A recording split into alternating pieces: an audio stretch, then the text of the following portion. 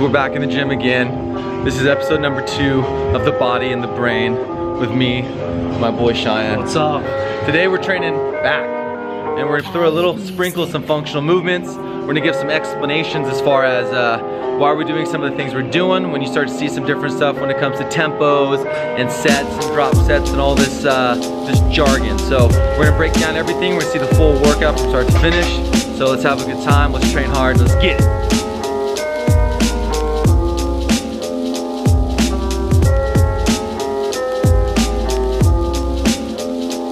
Alright, so we're starting first with your basic kind of lifting pattern. We're starting with the lat pull downs. It's always good to start with these kind of lat pull downs, pull up type of movements because it is a big compound mover. So with the lat pull down, we're going to be kind of warming up the shoulders, the mass muscle groups of everything in the back. It's kind of your most complete movement if you are going to be engaging in a quote unquote back type of movement when we're talking about kind of muscular hypertrophy and whatnot. So we're going to start nice and easy. We're gonna start with about 15 to 20 reps. Start to increase our load, starting to build that stimulus, release all that calcium into that muscles to create some big contractions. And then we're gonna start to do some fancy stuff with some drop sets and some tempo work. So stay tuned.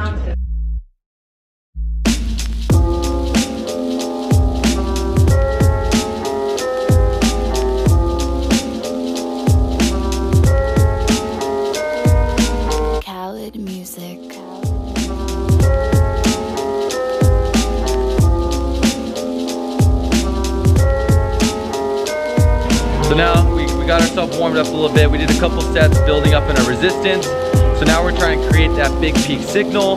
So we're gonna do a drop set, trying to really kind of get that big overload principle going on.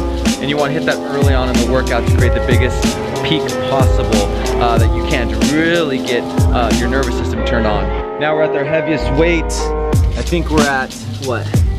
About 160 pounds here. And now we're gonna do about 8 to 10 reps with the 160. Once we start reaching that muscular fatigue coming through, then we're gonna drop the pin down. We're gonna go about to 100, 120 pounds, get another 5 to 8 reps, and we'll do a third drop. Same rep count, about 5 to 8 reps. But the tip on the drop set is keep your reps as clean as possible because you are overloading yourself and dropping yourself through your rep ranges and resistance against yourself. So keep it nice and clean, because if not, if you go too hardcore and intense, you can put yourself in potential for injury because the intensity starts getting higher as you start to get more and more fatigued. So check it out, this is how we do it.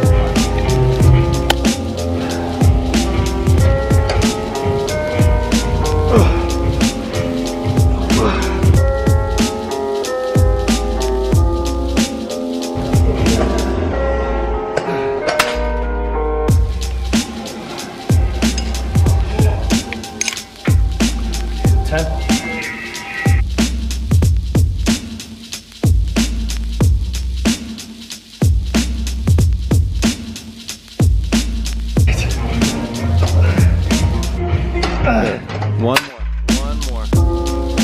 Then we'll go a little bit lighter here. There we go. Boom. 10? Mm-hmm.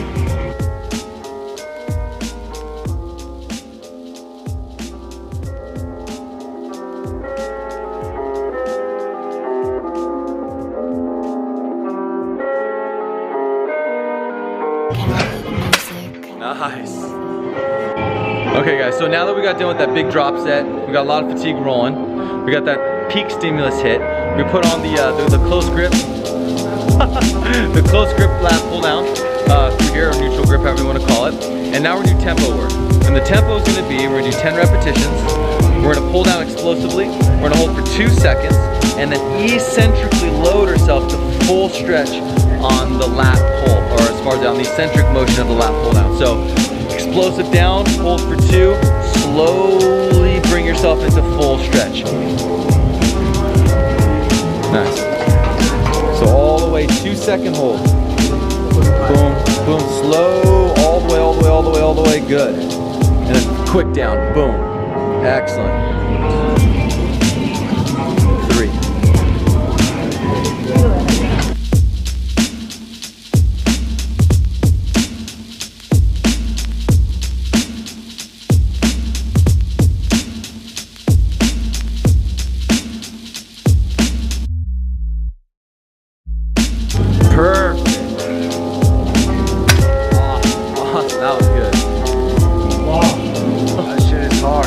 When people technically do their lat pull downs, their lats tend to get overly tight. Either people have a hard time getting full range of motion on the normal lat pull downs, and what this is going to do is help stretch out the lats to its full potential. And as we know from all of Arnold's lingo, it's all about the stretch. And so that will help keep our shoulders healthier as well by keeping those lats at full length, as well as creating a big stretch potential, which creates a big growth signal as is. So it's a win-win situation.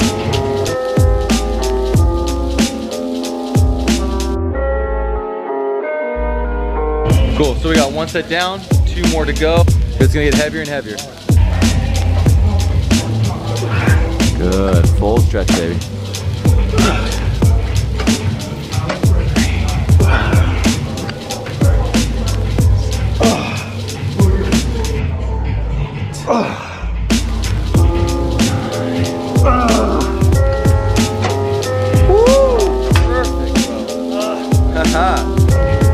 Fuck, that shit is hard. Big contractions.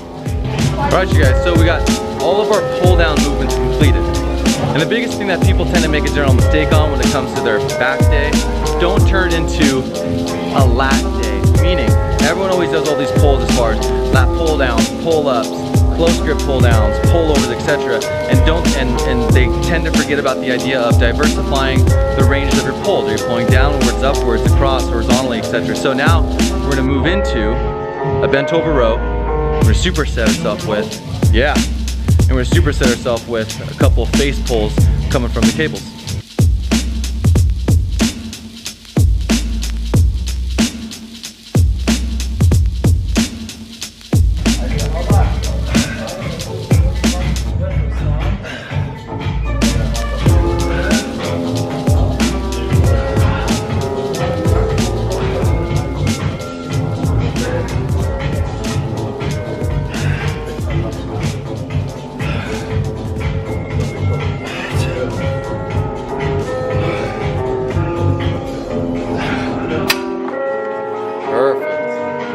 Alright, you guys, so now since we got done with those bent over rows, we got some of those 90-degree face pulls into play, we're going to start to move into some unilateral movement.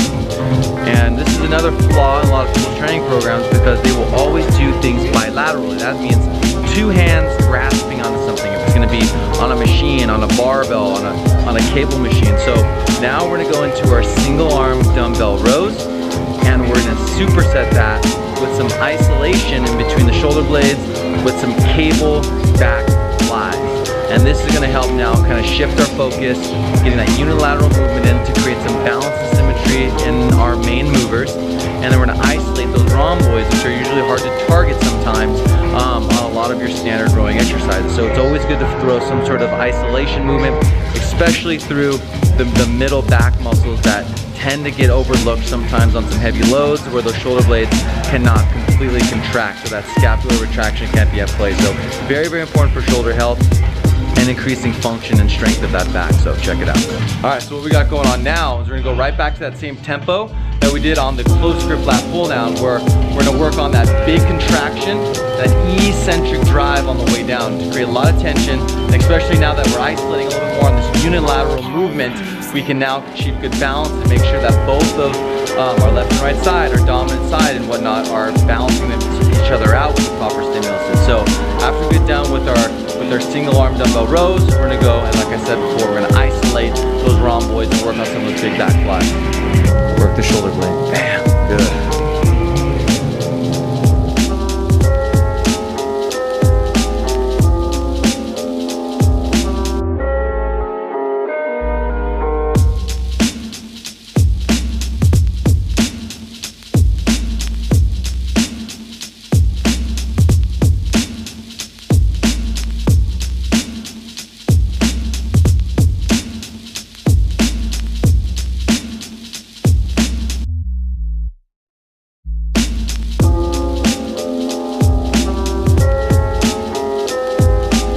This is going to be the last major portion, because if you think we're going to consume this workout with millions and millions of exercises and sets, you're dead wrong. It's best to hit it intensively, take some nice big good supersets, work yourself through the spectrum of your bilateral, unilateral, and isolation movements, and then pull the plug and let the rest to your growth and eating and rest and all that in recovery. So don't think about that we're gonna be standing in the gym for 2 hours